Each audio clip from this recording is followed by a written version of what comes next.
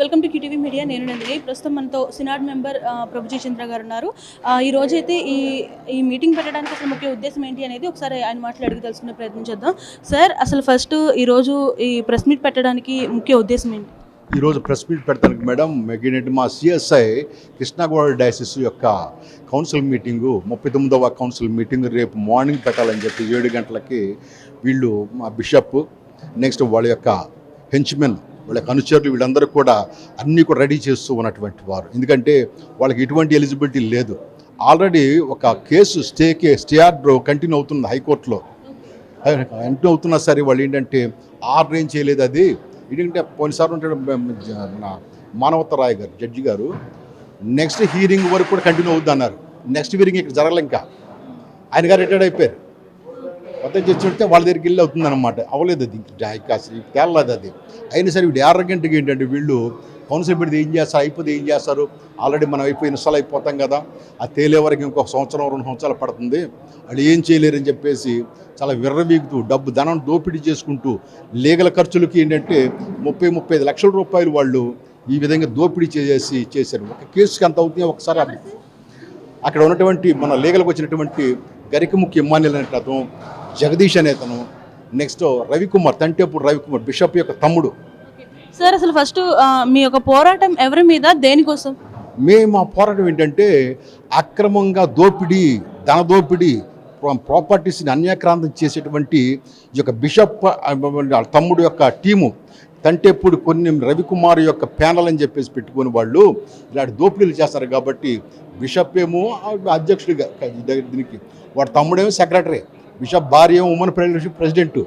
మళ్ళీ నెక్స్ట్ ఇప్పుడు ఎలక్షన్లో వాళ్ళ చిన్న తమ్ముడు దిలీప్ కుమార్ అని ఉన్నాడు, అతను ట్రెజరర్గా ఉండాలని చెప్పేసి ఈ ప్రాకులాట అనమాట. ఈ బిషప్కి ఇంకో సంవత్సరంలో ఇతను కూడా రిటైర్డ్ అయిపోతాడు. అయినా ఈ లోపు ఏంటంటే మొత్తం దోచేసుకోవాలి, లీజుకి ఇచ్చేయాలన్న ఖాళీ స్థలాలు అని చెప్పేసి చేస్తున్నారు.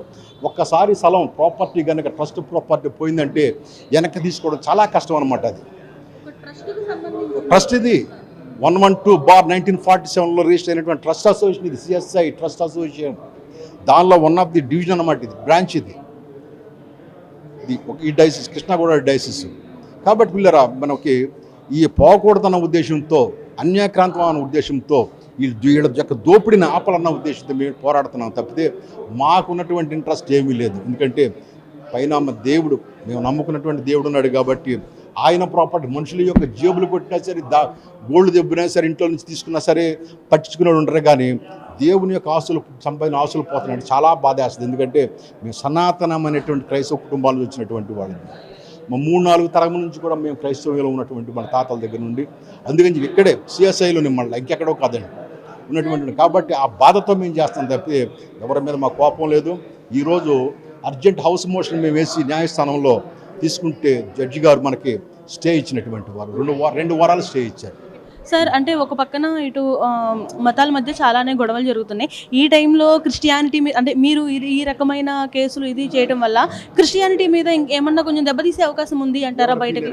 ఎవరు తీరు, ఎందుకంటే ఇది మాకు సంబంధించిన క్రైస్తవ్యానికి సంబంధించిన వ్యవస్థ. ఇది మేమేంటంటే మా యొక్క ట్రస్ట్ అసోసియేషన్ కూడా క్రిస్టియన్ చారిటీ మీద రిజిస్టర్ అయినటువంటిది. ఇది అంటే బయట వాళ్ళకి ఇది ఇంకా కొంచెం చులకన భావం వ్యక్తపరిచే విధంగా ఉండదంటారా? మా ఇంటిది మేము చూసుకుంటాం కానీ బయట వాళ్ళ జోలికి మేము వెళ్తలేదు కదా. మేము మా ఇంటిది మేము చూసుకుంటున్నాం. మన ఇంటిది ఏదైనా వస్తే తేడా మనం చూసుకోవాలి కానీ బయట వాళ్ళ సంత మనకెందుకు, మనకు అనవసరం కదా. అది మన తీసుకెళ్ళి బయట వాళ్ళు దారాత్వం చేసినప్పుడు ఏమనుకోవాలి. ఒక తండ్రిగా ఉండవలసినటువంటి వాడు పిల్లలకి దక్కాల్సినటువంటి, పిల్లలకు ఉండవలసినటువంటి, నెక్స్ట్ తరానికి ఉండవలసినటువంటి తీసుకెళ్ళి బయట వాళ్ళకి అన్యాక్రాంతం చేస్తున్నప్పుడు వీళ్ళు దోచుకొని వాళ్ళ కుటుంబమే పైకి రావాలని చెప్పేసి ఈ యొక్క వాంఛ కలిగినటువంటి వాళ్ళని ఉంచడం కూడా చాలా తప్పు. అది పరమ పాపం అని చెప్పి అంటున్నాను నేను. సో చూసారు కదా, ఈయన మాటలపై మీ అభిప్రాయాన్ని కామెంట్ రూపంలో తెలియచేయండి. మా ఛానల్ని ఫాలో అయిపోండి. వీడియో జర్నలిస్ట్ సందీప్తో నందిని, విజయవాడ నుండి.